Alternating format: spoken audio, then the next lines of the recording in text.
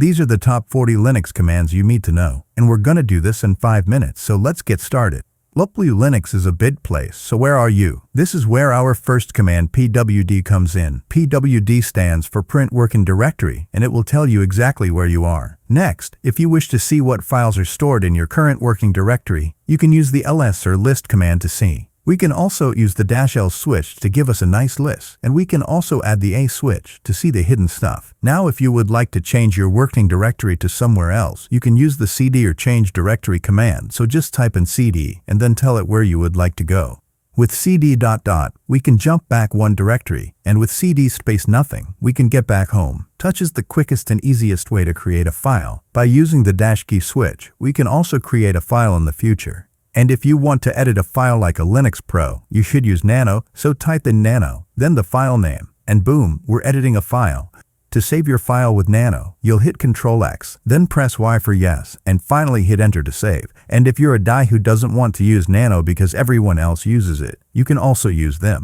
Next, if you want to see what's inside a file really quickly, you can use the cat command, so type in cat and then the file name like this. And if you don't want anyone to see what's inside that file, you can shred it, so shred and then the file name. We can create a new directory with the mkdir or make directory command, but right now, it's empty and lonely from inside, so let's copy something in it. And to copy something, we can use the cp command. We'll specify our file, and then where we want to go like this. And if you don't want to copy something, you can move it or cut it using the mv command. To remove or delete a file, the rm command is used. And to remove a directory, the rmdir command is used, but if it's not empty, you can don't that to the rm command and add -r. We can also create a link to the file. With the ln command, using the s switch for soft, we'll specify the file and then the link. Now if your terminal is a bit dirty, you can clean it off by typing in clear. And if for some reason you're going through an identity crisis and don't know who you are, you can type in who am I and it will tell you.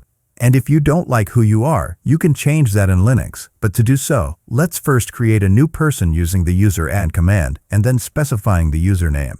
Oh, too bad, we don't have permission, but we do have sudo. Just specify sudo before your command. Type in your sudo password and you're good to go. Now if I want to become the user that I just added, I can use the su command, which stands for switch user. And if I don't want to be that user anymore, I can use the exit command. And by the way, the exit command can be used to exit out of a lot of places. The man command will help you with the things you don't know. Simply type in man, and then the command you need help with, and it will display its user manual. Now a faster man is what is, so if we type in what is cat, it will tell us real quick. wget can help us get stuff from the internet.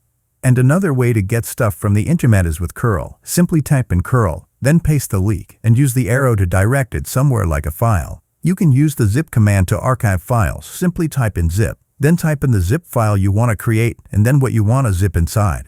And to unzip a file, you can use the unzip command. If you want to compare two files to see if they're the same, you can use the cmp command, and then specify the two files. And yes, as you can see, we do have a difference. But it didn't tell us what, it only told us where. But for that we can use the diff command and specify our files. The find command will help you in finding things, so type in find, specify the directory you want to look in, and then specify the name of the file, and bang, our file is found. You can also find all the hidden files, empty directories, or all the executable files. Speaking of executable files, how do you make a file executable? Well, we'll change the attributes with the chmod command +x, and then the file name. And now it is executable. To find your IP address, type in ifconfig, and it will tell you the IPs for all the network interfaces. But what if you want to see it for only one interface? Well, you can use grep. So after ifconfig, add a pipe, type in grep, and then the name of the network interface you want to see the IP of. Thing is used to find if a website, or anything else for that matter, is up and running. If you want to check on your system's memory and see how much memory is available on your system, just type in free and it'll tell you what's used and what's going on with your swap. And to check on how much disk space you have, you can use the df command, or more specifically the df-h command.